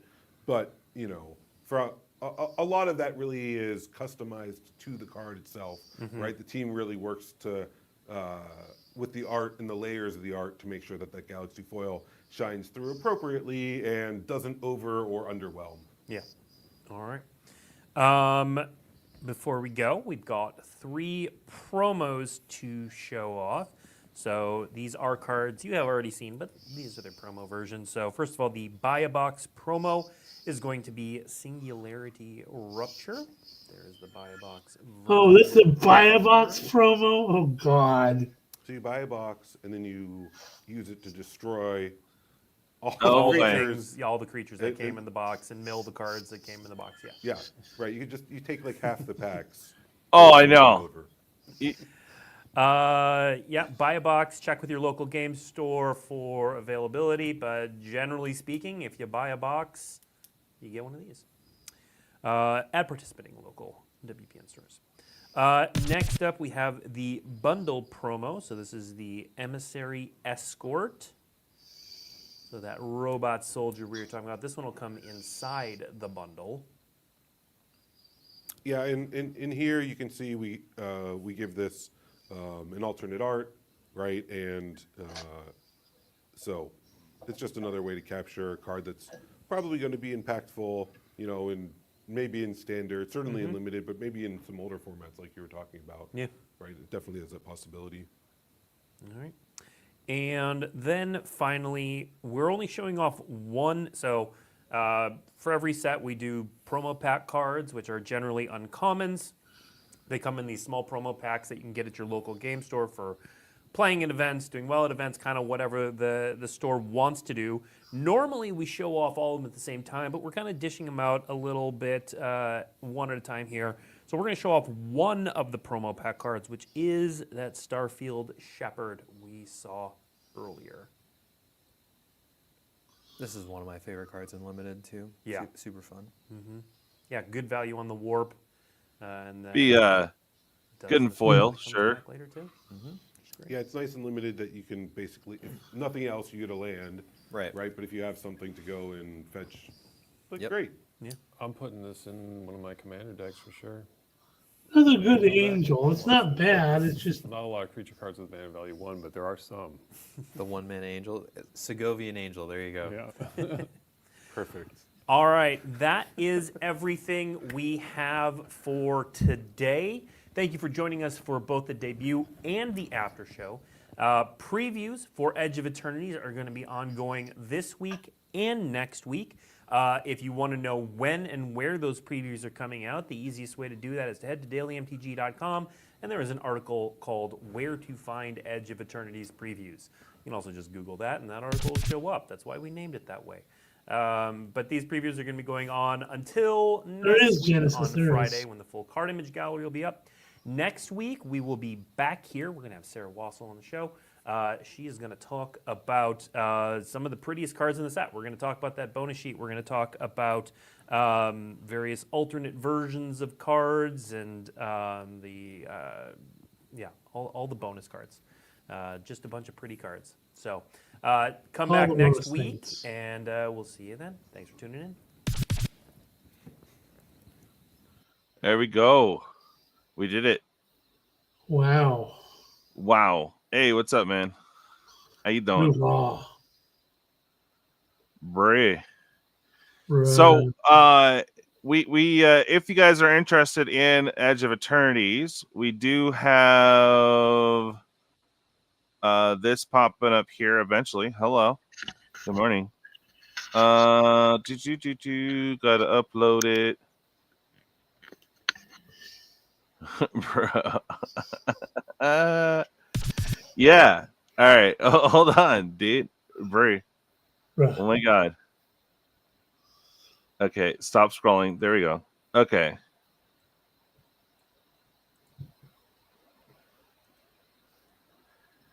We do have the pre-order battles up right now. We got to collect by the 14th, I believe. But we still have seats available. I think we have 6 left in the play battle. And then, of course, we got 4 seats left in the collector battle. So if you guys were interested, let us know. We'll drop you a Discord link in chat if you want to join in and get them cheap because, yeah, we might see a spike on the collectors. But so far, no mention of serialization. So that's interesting, too. What is the headliner? Headliner? Yeah. Like, they what's didn't mention any of that. Like, what's the big card?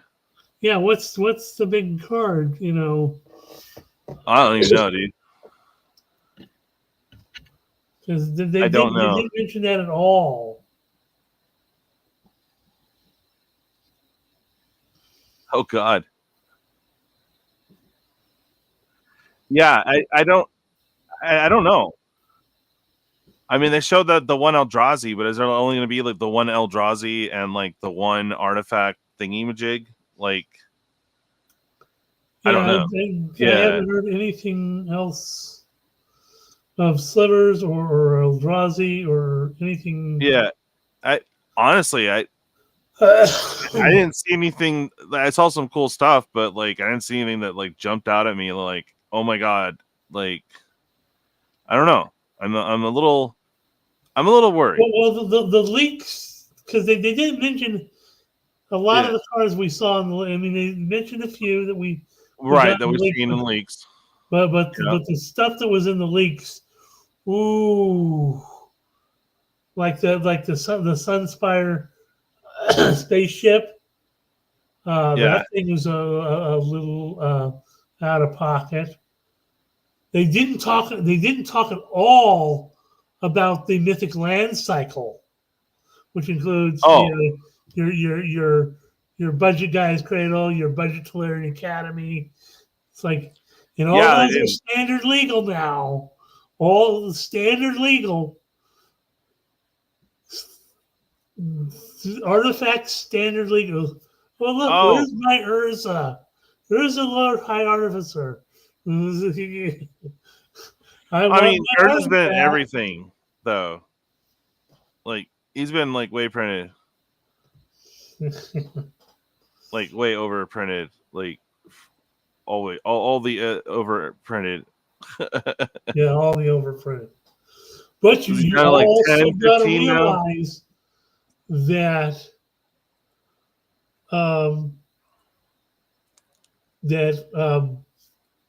Brothers War rotates out with Edge of Eternities. There you go. That's Brian, bro. Hell yeah. Genesis says hi. Yes, I waved at him earlier. Yeah. Is there one in the set though? Did I miss that one?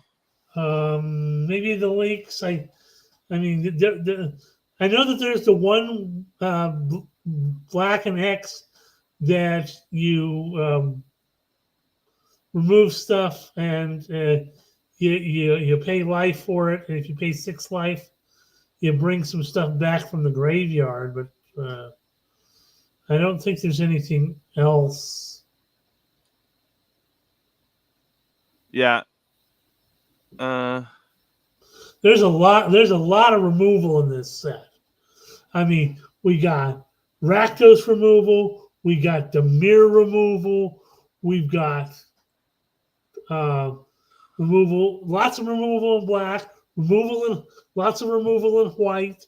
I mean, yeah. And that's kind of what's been kind of lacking, especially in the more recent sets, is a lot of removal. I mean, there's been some, but there hasn't been, especially, board wipes. Board wipes have been really lacking. over the past several sets. I mean, Final Fantasy brought us some board wipe, but we didn't see it. Previous to that, we didn't see a lot of board wipe, and now we're getting board wipes in multiple colors, and it's gonna do some stuff. Oh my god. Okay, we made a live meme. All right. Let me know what is too loud, Brian. But I'm gonna go back and get the video for that guy showing and like not showing the galaxy foil really at all. Yeah. Like it had it on loop. Yeah. So I'm just gonna have it loop. That was the with worst video. card to show the galaxy foil because you could hardly even see it. Exactly right. But I already made a meme song for it. Are you ready for this? Okay. Okay. And it's just gonna be him like, rotating the car back and forth. I can't wait till the lyrics. The lyrics are amazing. They're so amazing. I can't hear it.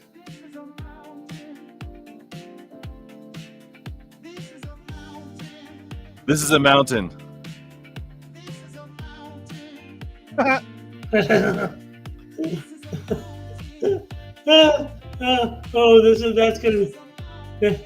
That's gonna be funny. That's gonna be funny. Oh yeah. Oh dude. I don't know if it gets any more dynamic than this. This is a mountain. This is a mountain. Okay, we got to work on the remix because this one went way too AI. But anyways, all right. Was there any card that you wanted to talk about that which was shown? I'm trying to see if they have any of the stuff up now.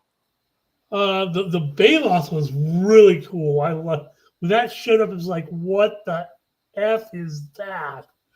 2 mana for a 3/2. Oh, it has right. all that. It's like, what? Oh, there's a plant worm. What? Okay. Hey, give me a second here. I do pardon the ads. I didn't really have a chance to download these, but here we go. We got some new spoilers too. Here we go. Weapons manufacturing, interesting. Renowned artifact you control. Create a colorless. Yeah, name that was okay. one thing. There was one token they didn't mention was the munitions token. Yeah, they didn't mention it at all. I like a two damage to any target. Oh, is there a way to activate that though? Or do you have to sack it? Interesting. Banishing light. New plant worm.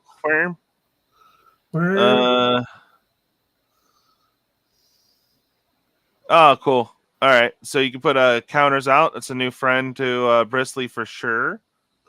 Yeah. Thespian, Eldrazi, Blink Moth.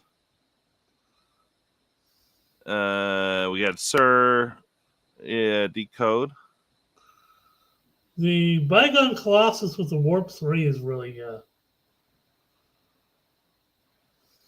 Got the robot. Yeah, this was talking about here. The generating those 2/2s. Can warp it in, drop your land, get a squirrel as well. It'll be fun. But the Bygone Colossus, it doesn't give it haste with the warp ability. But like I said, if you can do that at instant speed, then bruh, just drop it in. Broken Wings, the Shattered Wings with the Surveil on it. Okay. That can work really well with a graveyard strategy. Yeah. I really like the portal versions of the Shocklands.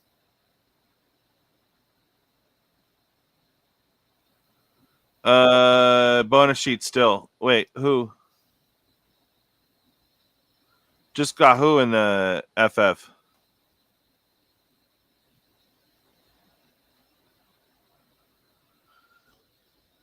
Yeah, big spaceships. Okay. The seed impact is pretty cool. I like it. Like, if you're a dick and want to take out their soul ring, you can also get a lander token on top of that. But or something else that's under 2. But otherwise, you're paying 2 to destroy an artifact or enchantment. So bet. Did you see the other angel? Not yet. I'm still scrolling. Exalted Sunborn, 2 white and 3 for a 4/5 angel wizard with flying and lifelink. Whenever one or more tokens will be created on your control, create twice those tokens are created instead, and you can warp it in for a white and 1. This Terra Symbiosis though, Bray. Yeah, Terra Symbiosis is only once a turn though. Okay. Yeah, and that's the only drawback is. There's our freaking space whale, Bray. A robot cat. There you go. Of course, they brought back the virus beetle. Oh, here it is. Exalted Sunborn. Yeah. One or more tokens, twice that many. Oh, nice. And you can warp it in.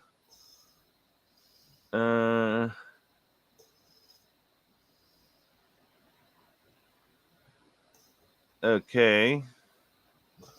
Oh, here you go. This is what I wanted to see that you were talking about earlier. Mutinous Massacre. 3, 2 black, 2 red. Oh boy. Choose odd or even. Destroy each creature with mana value of chosen quality. Then gain control of all creatures until end of turn. Untap them. They gain haste till end of turn. That's lovely. Yeah. That's just not right. Yeah, I mean, if you have your big guys are odd, and you're just like, all right, the nuke even, and then okay, very expensive. I mean, it's you could do it, but that should be a finisher. I don't know how you're gonna pull it off in standard though. Yeah, I mean, if you can, awesome. Another Sphinx. Like Synthesizer Lab Ship. Check that one out. Oh, here's the new budget Tolarian. Yeah, that thing, that.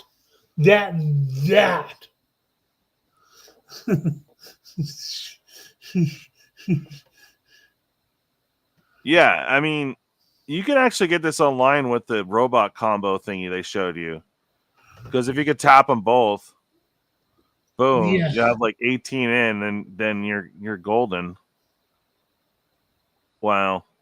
It does come into play tapped, so there is that drawback, but whatever. If you're anyway.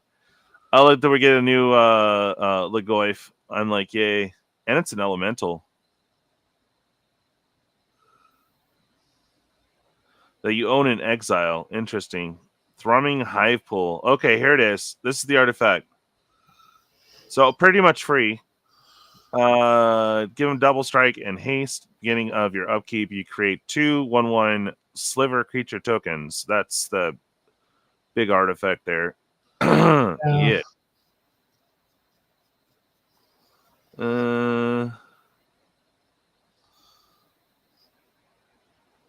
Like I said, there's Virus Beetle. Oh. Okay. A sludge class seed ship. 7.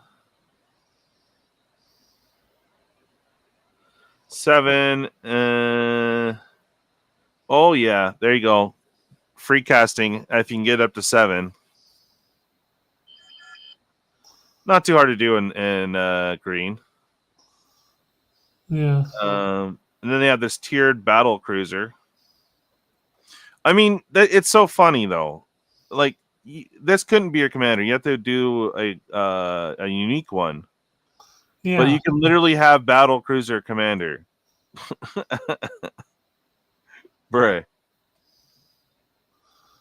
Oh, look at the Eternity elevator. Holy hell.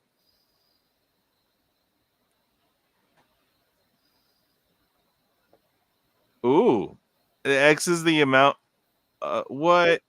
Dude. All right. I need it. Okay. It's still say 5 for 3. It's 5 for a 3, but you in an Eldrazi deck you can get that out quick. But you have to. It becomes a station at 20 anyway. So by the time you get there, okay, sure. But like I said, warping in that robot. Yeah. Sure. Extinguisher battleship. When this enters, destroy target non-creature permanent. This spaceship deals 4 damage to each creature. Ooh. Okay. And then flying trample after 5. Oh, all right. Ah, snap. We got a Carl.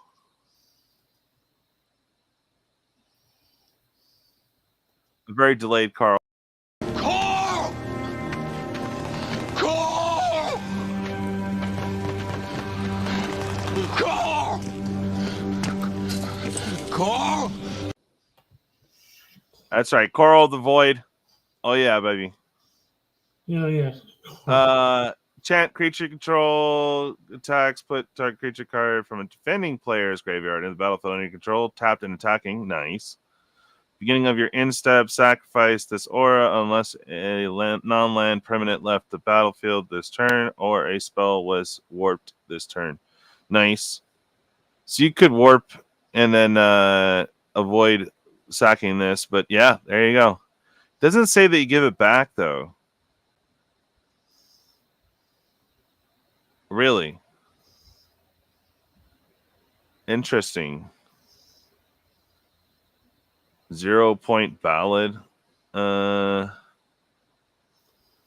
it's basically when the creature that's enchanted, so you can as long as as long as it's on whenever that creature attacks, as long as that aura is on there, you get to thief a creature out of your opponent's graveyard or just defending player's graveyard and tapped and attacking, and you get to keep it. Yeah, it's not something that goes back. You get to keep it.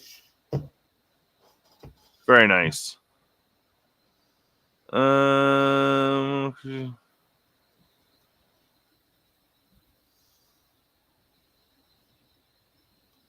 this guy makes robots too. Nice. There's the Bailoff. That's Lesnia Templar. Okay.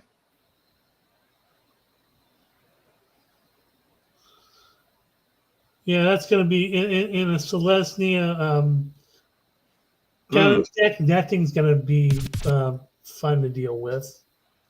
Yeah. Human Wizard. Oh yeah, that might even go in my skeleton deck. Yeah. Oh. Yeah, I'm checking. Yeah, it's the one you sent earlier, right? Bree. The End Stone. Yo. Okay, it's probably in here. Pain for All we saw earlier.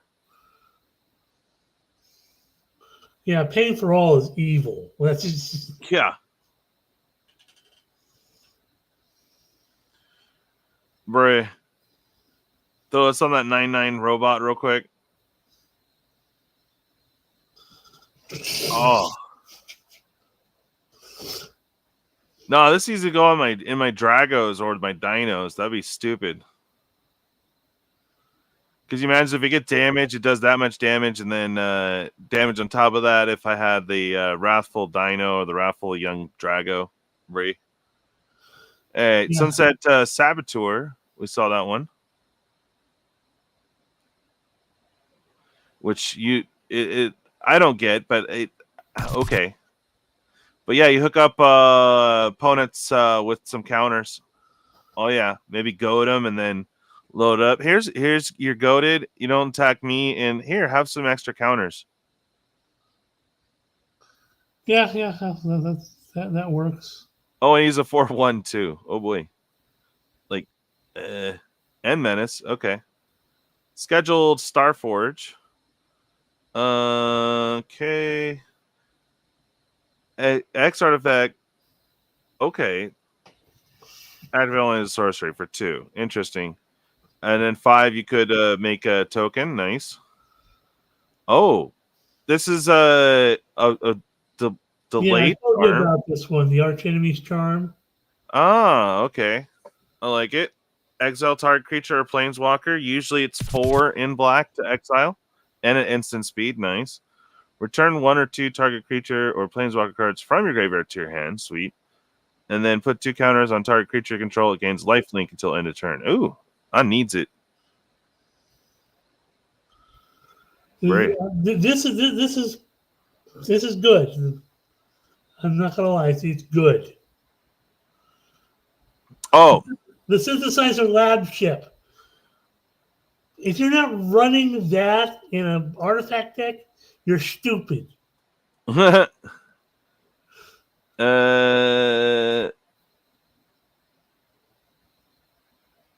okay. You can give something flying. Cool. And then give this flying and vigilance after 9. Interesting.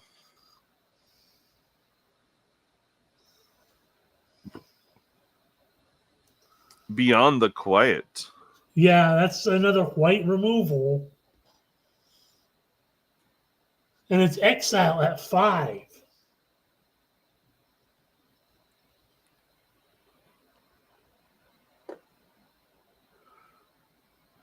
Interesting. This Famished World Sire. It's got word 3, but interesting. Yeah, well, the Devour Land 3, you can really... Oh, the landing zone. Oh, boy. Yeah, loading zone. The loading zone is... That loading, is yeah. wild. Oh, yeah. You can get your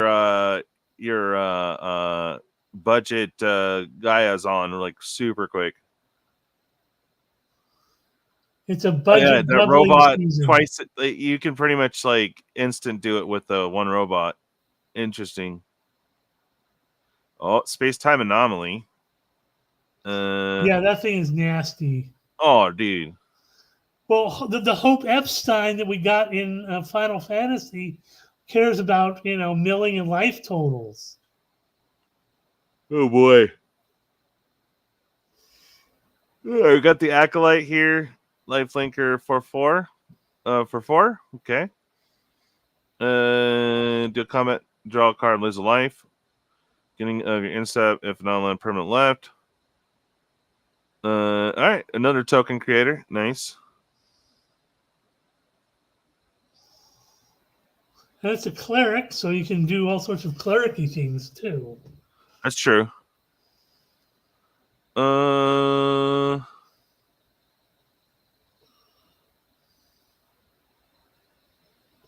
Kavu pilot. We've seen the beast.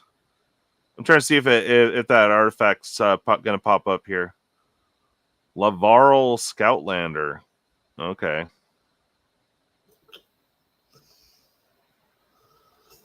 There's that Sunstar Dreadnought, the Dawnsire. That thing is... Yeah, that's beast. 10 to get online. Yeah. There's my dragon. Yeah, there's the dragon.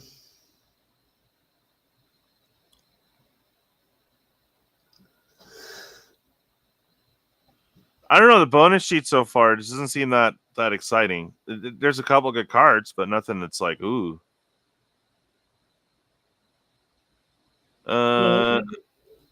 Okay. Scroll down a bit, and you'll see some stuff like Terra Symbiosis, Moonlight Meditation, and the Ice Till Explorer.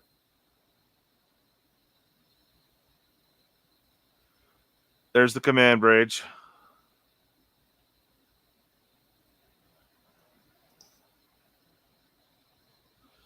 Oh, there you go.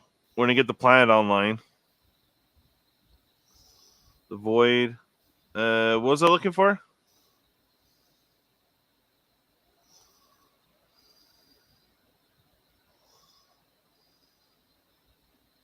Oh, this guy's busted here. The timeline Kohler. It's gonna be fun. Oh yeah. Warp him out every turn, and he has haste. The one Eldrazi we've seen so far.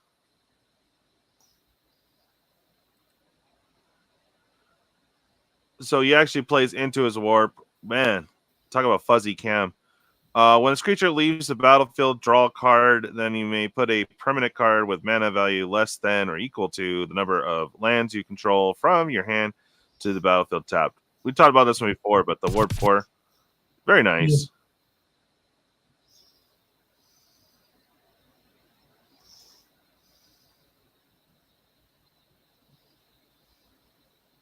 Yeah. Okay. There's the Super Void. You know about that one. The Super Void's that's just going to mess people up, especially in a sacrifice deck. I'm surprised they don't have that one. All right. I'll attempt to share a picture. Bear with me here. I thought it was in here. Or would be.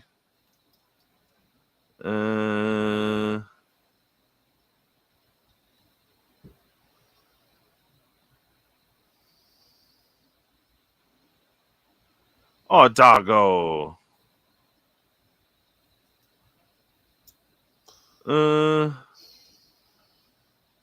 Oh, let me see the insect horror. Oh, wait a minute. I'm going to scroll back up to the top and reload. What else do we have? Nice that we get gemstone. Is another nice inclusion. All right, let me see if let's do that and that and save. Download.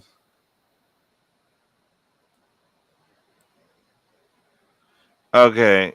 I'm pulling up the end stone. Maybe you guys can explain it to me. Like, I guess if you're rushing and have good stuff. I'm not sure. Hey, what's up, Bob? Brian, tell me the interesting stuff, like, quickly.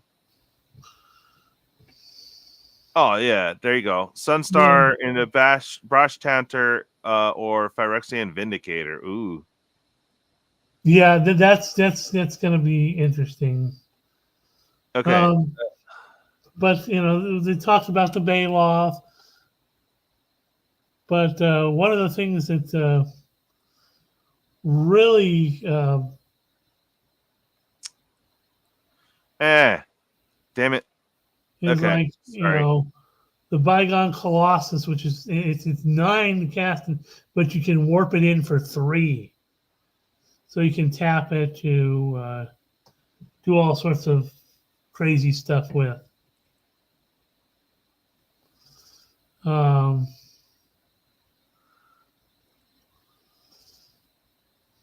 Lots of they have the Shocklands, but they're going to be in these special treatments. They're going to be I think you can get them non-foil in.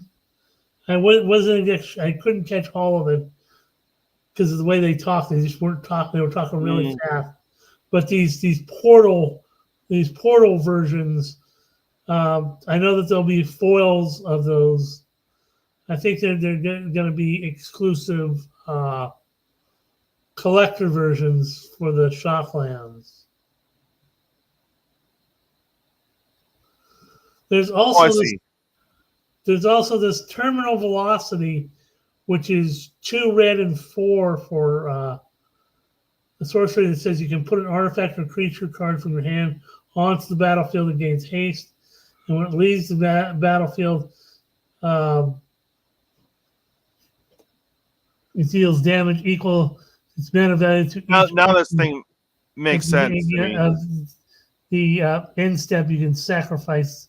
You have to sacrifice it, but we're talking like, you can do that with the robot I was just talking about, with some big Eldrazi stuff.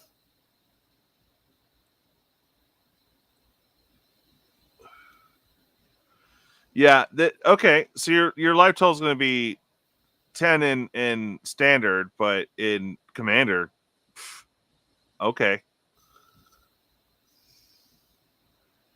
I see it now. I thought you had to like it half your life every turn. I didn't really see the card, but yeah, that's dope.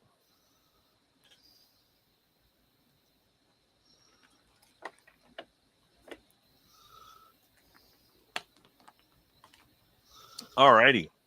Well, spoiler season has started, so we should hopefully see some more better stuff. I don't know. Were you impressed by the spoilers today? There's a couple good ones. We had some good stuff today. I think a lot of the leaks gave us some stuff that we were gives it a further depth into what's going to be in terms of what else is going to be in the set. Yeah, we're seeing stuff like the bonus lands, Thespian Stage, Eldrazi Temple, Gemstone Caverns.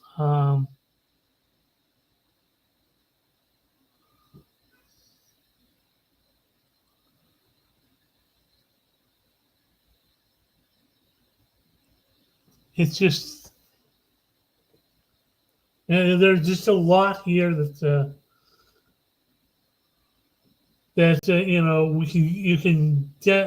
you're definitely seeing a different take on what magic really is, like what we were referring to as the lobster Neelix. You're getting food in red and white, which you don't. I mean, we saw food in white, but you don't see it in red. But if you look at what this guy does, I mean, we never really got a chance to really go over what he does. He's a red and a white for a 2/2 legendary lobster citizen. Artifacts you control are foods in addition to your other side. So it's kind of like a Ygra. Wow. And you can pay 1 and sacrifice a food to deal 3 damage to each opponent. Ew. And if you gain life, you can untap him. Yeah. Crazy. And it's not hard to do some life gain stuff in the red and white. There's all sorts of stuff in the red and white. Yeah. So this guy right here, you could make a Boros life gain, artifact life gain type thing based around him. But yeah, I think that this guy here was probably modeled halfway between Neelix and Dr. Zoidberg from Futurama. Right. Yeah.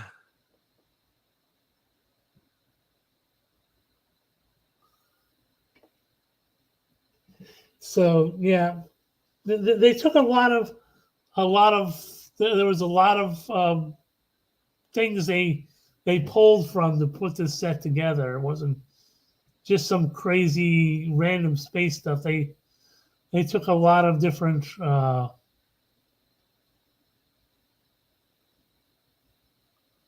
Huh.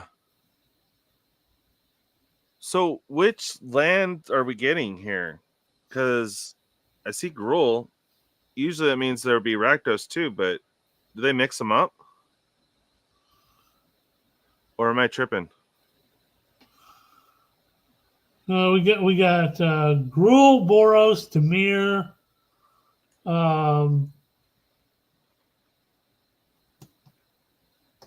the green, blue, and white, black. Yeah.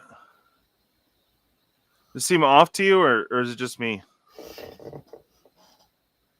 It does seem kind of off to me, but let me go down and check at the bottom. Did they have any different ones that they were using when they initially? No. It's the same one. So those are the 5 that we're getting. Yeah. A little weird. I think they mixed enemy and allied together, but I could be wrong, guys. Correct me in the chat or later in a comment, please. Yeah. But something just seemed right. I really do like the full art lands. Right. I mean, they really did evoke that whole Infinity lands type thing. Where as Infinity, they focused kind of like all the lands were, the lands were, like spherical stuff. It was all about spheres and here it's more, there's more diversity. It looks, it really looks both spacey and right, magic-y, But it's kind of funny, like the full art shocks from Infinity look better than these by far, though. I can see why everyone's getting the old space shocks. Yeah. I definitely see some cards I want, so I'm excited for that. Yeah, there are definitely some cards in here that are going to... A lot of landfall stuff. Well, and remember, we've only seen 2 of the 5 or excuse me, 3 of the 5 mythic land cycles. And the black one wasn't too it wasn't too interesting to me. The green one, it's like a guy's cradle. The blue one is like Tolarian Academy. And the black one wasn't really... It really didn't hit very well at all in terms of... Yeah, I know what you mean. The black one, it goes up here. The Void Altar. Looking. There's a blue one. It's Cesar Secundi Void Altar. It's a land planet and enters tapped. You can tap it to add a black. And you can station it for 12, so you can pay a black and 1 and 2 life and sacrifice a creature to draw cards equal to the sacrificed creature's power, activate only as a sorcery. I probably ran over it. There's a station. Maybe it's not on here. It is. It's down. It's down toward the bottom. Okay. I thought I remember seeing it, but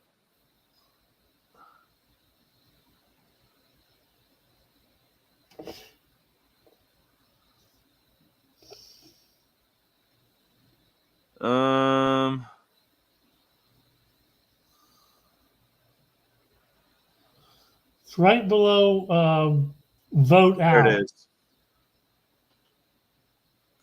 Yeah, it was sack outlet eventually, but yeah, they got 12 up. That's funny. It was right next to the Eldrazi I was staring at. Wow. It's not horrible though. No, it's not horrible, but it's not as powerful as the other two. Yeah, And but I mean, in black you have a lot of sack outlets, so that works.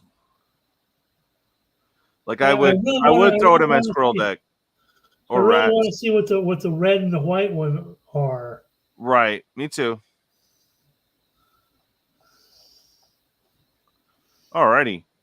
Well, I want to thank everyone for joining us. This was fun, kind of memeing and seeing what's good in the set. Initial reaction, I am whelmed. I'm not overwhelmed or underwhelmed, just kind of whelmed. Whelmed, yes, whelmed. Yeah. So, I don't know. Let me know what you guys think. Again, we do have the battles. If you guys want to hop in on it, let us know. We're going to try to fill those up before the 14th. Yeah, it's going to be interesting on this set. They got to have something they're holding back on us, I'm thinking, you know?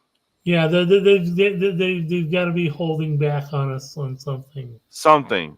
Because if this is the main Riz, I'm kind of like, whoa. I don't know. Someone bored later, give us a mythic counts what's been spoiled so far. But yeah, we'll be talking more about this on Thursday, and I got a bunch of stuff to work on, so I know I'll see you guys Thursday for sure, but it might be something random between now and then. But I'm working on a bunch of stuffs. So thank you guys for joining, and we'll catch you guys next time. Bye.